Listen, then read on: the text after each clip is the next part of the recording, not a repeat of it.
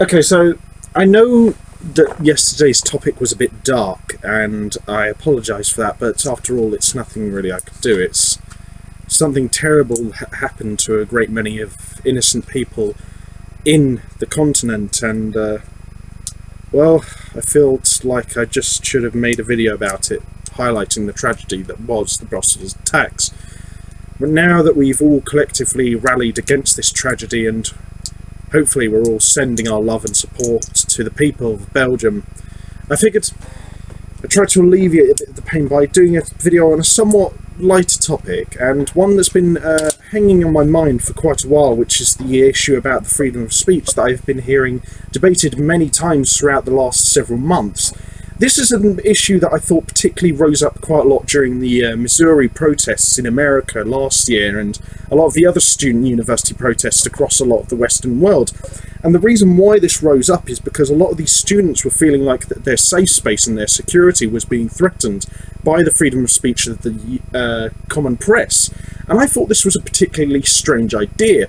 After all, it's their own freedom of speech and movement that's allowing these students to gather and protest, and surely they would accept that the fact that, well, you know what, even if they are going to be paired up against, you know, some somewhat unsavoury types, you know, who will debate with them, and others who are just there to, you know, impartially and logically, you know, document these protests from a purely impartial standpoint, I would have thought that they would have implored and, you know, loved the idea of freedom of speech and the freedom of expression. But the weird thing is, I always saw around that time a lot of these protesters online espousing their ideas that the concept of freedom of speech was very much a flawed idea, and that it couldn't be maintained in the safe spaces that they were trying to maintain.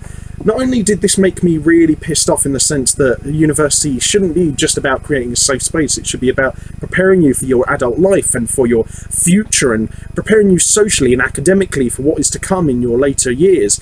But at the same time, it just absolutely defied the basic concept of the First Amendment of the American Constitution, which is the protection of one's freedom of speech, movement and rights. And I just found it astounding that the very same part of the American Constitution that was allowing these students to protest and, you know, speak out against what from their perspective was very much a wrong thing and a bad thing, they were arguing against. Not all of them were doing this, of course, and let me just make this clear, I'm not painting all of the protesters from last year with this same brush, but at the same time, many of their figureheads and many of their more vocal, shall we say, counterparts were making this very much clear. Many of the student protesters were clearly against the idea of freedom of speech, and it made me just baffled. And considering the fact that this has risen up recently in like more lighter pastures in common academia, I just thought to myself, I'm wondering why people are arguing this. Is it because the fact that they just can't handle someone disagreeing with them? Is it the fact that they just can't handle the idea that someone might not adhere to their own ideas? Is it possibly even just the simple fact that they don't like to argue?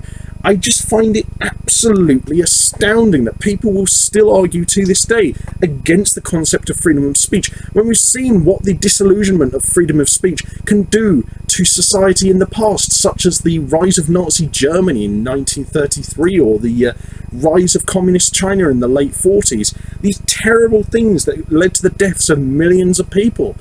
Freedom of speech might not be perfect, it might not be, you know, entirely, shall we say, refined, but it's damn near the best social model we've got for expression of one's ideas. Yes, it does include the expression of some perhaps unsavoury ideas, such as Nazism and fascism, but even still, I'd say it's a worthy price to pay for allowing yourself to speak out against what you see as a social injustice, and ensure that your own freedom of speech, movement and choice is protected to the utmost. The way I see it is that we should all be allowed the freedom of speech, choice and movement and thought and all that sort of stuff. And we should be allowed that because if you agree or disagree with someone, then if they are also allowed the freedom of speech and movement and choice, you can then disagree with them as to your heart's content. But so long as we censor them or take away their freedom of speech and their freedom of rights and all that sort of stuff, then what do we have to prove other than we aren't going to have an argument with them, or that we don't want to have an argument with them, which I would argue just proves that there is less of a platform for you to base your own argument on. This is why I'm so against the idea of censorship, is because it just doesn't prove anything. It just doesn't prove anything, and it just doesn't work in a proper modern academic debate, and it never will. It just absolutely baffles me why people still to this day bloody well argue for it. And I'll tell you something as well. If someone says to me that just because I might have a particular political or sociological viewpoint on something, that my viewpoint counts for less, well, I'd say to them, tough shit, mate. I'm fucking independent on my own in terms of my own individual views, and so are you. So while I'm going to respect your decision to think your certain way, and the fact that you are going to disagree with me, I'd expect you to do the bloody well same to me. It's such a simple concept that protects our basic freedom of speech and our ability to debate properly. I don't see why people are so against this idea. It's just baffling. And the fact that people to this day, even after tragedies such as the rise of Nazi Germany, the rise of communist China, the massacres of political opponents in Cuba, even after all these terrible tragedies, even after all of that, people are still arguing for the limitation of freedom of speech in certain circles just because it leads to things that they might find offensive. Look, yes, freedom of speech does entail the idea that many people will come into society and espouse views that are certainly offensive. That is bollocks. It is definitely a bad thing that offensive views are espoused in society. But you know how you combat those offensive views? You engage them in an open debate where you give them the same level of freedom of speech that you have, and then you debunk their own ideas through use of fact, reason and logic and good speaking and debate skills. It's as simple as that. And I'm not going to say it's always going to be as simple as that in every case, but for the most part it will guarantee you be much better to, in the long run, allow your opponent their freedom of speech so much as it guarantees yours, so that you can then engage with them in an open and political debate that is as absolutely fair as possible. And I'm not saying that it should end up being a 50-50 conclusion to the debate, but that you should have a 50-50 speaking platform so that you can have as calculated and as tactical a debate as possible. I don't want to see people arguing that we should limit someone's freedom of speech just because they find their views offensive. I want to see them say, I'm going to engage this person in an open debate because I find their views offensive. That's how you debunk these ideas. And I know there's going to be some people who are going to argue, well, Ted, what about the people in society who argue, blacks shouldn't have the vote, or gays shouldn't be allowed to marry? Yeah, that is pretty terrible, and I don't think they should be saying that. I think there's a bit of a difference here. I think we should allow people their freedom of speech so long, and this is based primarily on the harm principle, that their ideas or their speech doesn't call for the active, let me make that clear, active limitation of another person's right on any basis of sex, gender, race, religion, background, or whatever. If it's, say, they might be opposed to such ideas, then debate with them. But if they're actually calling for the active discrimination against a certain group of people, then that's when we get a bit concerned. Not when someone says, I disagree with the idea of, I don't know, say, they might disagree with the idea of something like, say, the movement of women into certain areas of private sector employment. Yeah, that's a bullshit thing to say, and I think women should be allowed as many equal opportunities in the workplace as men, but the only point at which I would say is to perhaps even consider limiting their freedom of speech is when they actively propose that we should do that. If they're just saying it offhand, then they haven't really got any power over the situation as far as legal precedence is concerned. But if they're actually going out of their way to make this a thing, then yeah, fine, okay, go out to stop them from doing it, basically, because let's face it, women deserve just as much of a chance in the workspace as men. I don't know. I just think that we should allow people their freedom of speech, even if we find their views a bit offensive, just because of the fact that if they do seem a bit offensive, then we will be able to, at the very least, engage in an open debate with them. And at the same time, I'm not saying that people should just go out and say the N-word and the F-word and all this and that all the livelong day, because of course that is going to piss off a lot of people, and rightfully so. But at the same time, the only way we're going to advance as a society in terms of comedy, debate, political rapture, and our own cognitive function towards discussion is if we just allow our freedom of speech to be maintained, so that we can then evolve as a society and learn how to better combat more offensive views when they're actually implemented into public political policies and into sociological attitudes.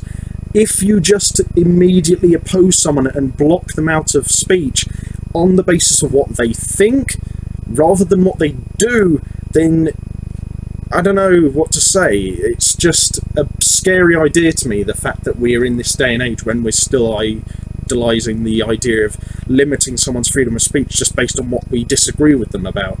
I don't know, maybe some people might be very offensive, and yes, that is true, and unfortunately a lot of people are going to be homophobic or racist in society, but the way you oppose them is by opposing them through debate, and if they actually get to the point at which they are implementing these laws which limit someone's rights actively, then you actively oppose them. Until then, I don't know. Who knows, really? Maybe some people will disagree with me, and you know what, it's entirely up to them. This is a very sort of contentious sort of topic, and I'll admit that, but at the same time, I do not believe we can take our freedom of speech away just because we disagree with someone or find their views objectionable on a basic ideological level. I'm sorry, I just can't believe in that. Yes, some views are going to be offensive, but the way we tackle those is by seeing if they are going to be actively implemented. But until that point, debunking them through logical debate with facts, logic, reason, and good debating skills. I know this, it's probably not going to be the most practical way of looking at things of all time, but I don't know, it seems just like the most sort of commonly comprehensible and applicable system that we have for debating in this modern day and age. I'd certainly rather do that than have an echo chamber of one particular viewpoint. I'd rather have 2 or 3 sort of viewpoints of people debating on a particular subject than one. I'd say, I'd rather have people who are, let's say, for example,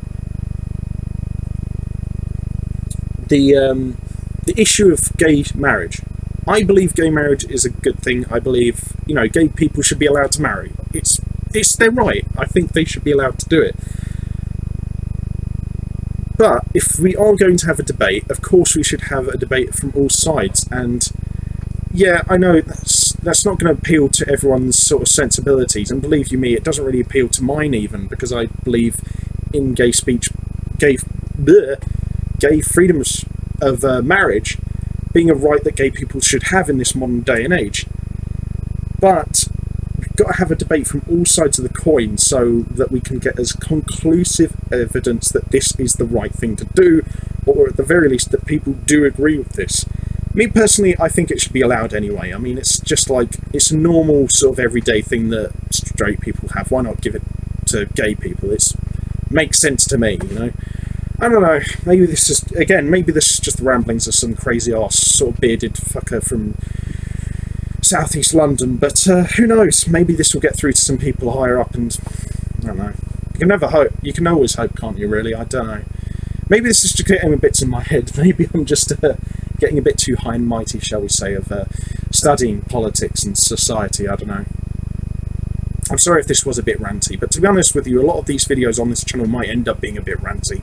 I hope in the future to make them a little bit more, succinct and better edited and a bit smoother, but at the same time, at the moment, as I am now, I don't really have top quality equipment, so I apologise if this does seem a bit rough, if the sound quality and speech isn't, up to par.